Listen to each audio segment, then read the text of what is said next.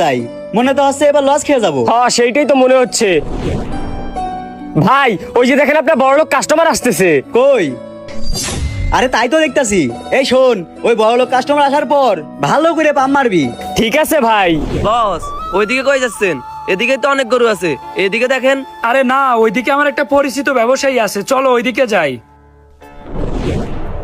Sir আসসালামু আলাইকুম। Sir কেমন আছেন স্যার? এই তো আলহামদুলিল্লাহ। এবার কি ভালো কোনো গরু আছে তোমাদের কাছে? হ্যাঁ স্যার আছে তো, আমাদের কাছে বাজারের সবচেয়ে ভালো গরু আছে। ও আচ্ছা, তো বাজারে এবার গরুর দাম কেমন? স্যার গরুর দাম তো অনেক, ইন্ডিয়াতে গরু আসেনি তো, যার জন্য দাম অনেক বেড়ে গিয়েছে। কিন্তু স্যার কালকে না নিউজে দেখলাম ইন্ডিয়া থেকে প্রায় 50,000 গরু ঢুকছে বাংলাদেশে। আরে ভাই নিউজে তো কত কিছুই বলে, সব কি বিশ্বাস করা যায় নাকি? এখন যদি নিউজে বলে হিরো আলম এমপি হয়ে গেছে, এটা কি বিশ্বাস করবেন আপনি? এই শুভ, তুমি এত কথা বলো না, তোমার কোনো কথা বলার দরকার নেই। আসলে ইনারা আমার অনেক বিশ্বস্ত লোক, বুঝছো?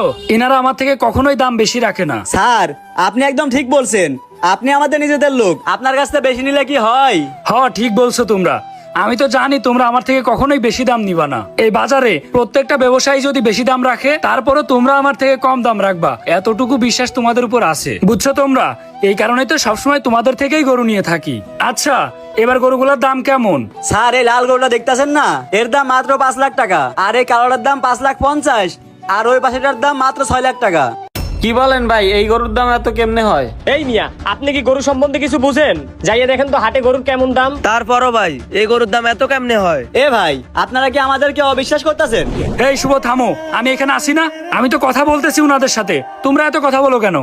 ভাই সমস্যা নেই, কিন্তু একটু কম করে ধরেন। স্যার আপনি কোনটা নেবেন আগে পছন্দ করেন, আপনার সাথে দামে বাঁধবে না।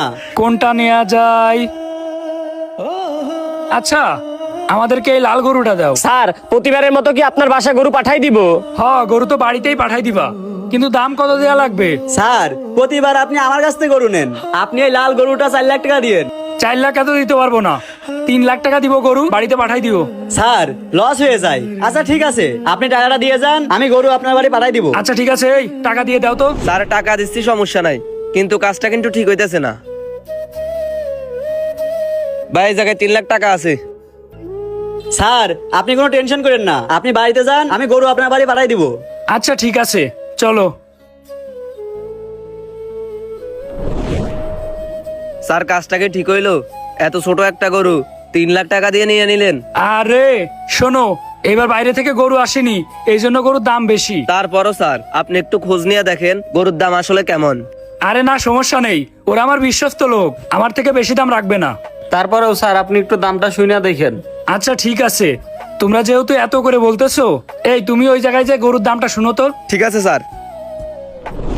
ভাই গরুটার দাম কত? ভাই কোনটা লাগবে? কোনটার দাম কত বলেন? ভাই এই গরুর দাম 1 লাখ টাকা, এটা 4 লাখ টাকা, আর এটা 2 লাখ টাকা। হাই হাই, কি বলে দাম এত কম? ওরা না বললো বাজারে গরুর দাম বেশি? এত বড় বড় গরু নাকি 1-2 লাখ টাকা? আমি ওদের উপরে এত বিশ্বাস করছি, আর ওরা তো আমারে পুরাই ঠকাই দিছে। আল্লাহ, আমার টাকা আছে বলে টাকাগুলো এইভাবে শুধু শুধু নষ্ট করলাম, কুরবানি দিতে গিয়ে আমি এতটা লস খেলাম। আচ্ছা ঠিক আছে ভাই। দেখলেন তো স্যার, আসলেই তো, আমি ওদেরকে অন্ধের মতো বিশ্বাস করতাম, ভাবতাম আমার কাছ থেকে সবসময় কম দাম রাখে, কিন্তু এটা আমি কি শুনতেছি? বুঝছেন স্যার, একটা জিনিস কিনলে যাচাই বাছাই করে কিনবেন। যাক, এইবার তো হয়ে গেছে, এরপর থেকে আমি যাচাই বাছাই করেই কিনবো। চলেন স্যার। একটা কথা সবসময় মনে রাখবেন, গরুর হাটে দালাল বাটপারের কোনো অভাব নেই, তাই একটা গরু কেনার সময় অবশ্যই 10টা দোকান যাচাই বাছাই করে তারপরে কিনবেন।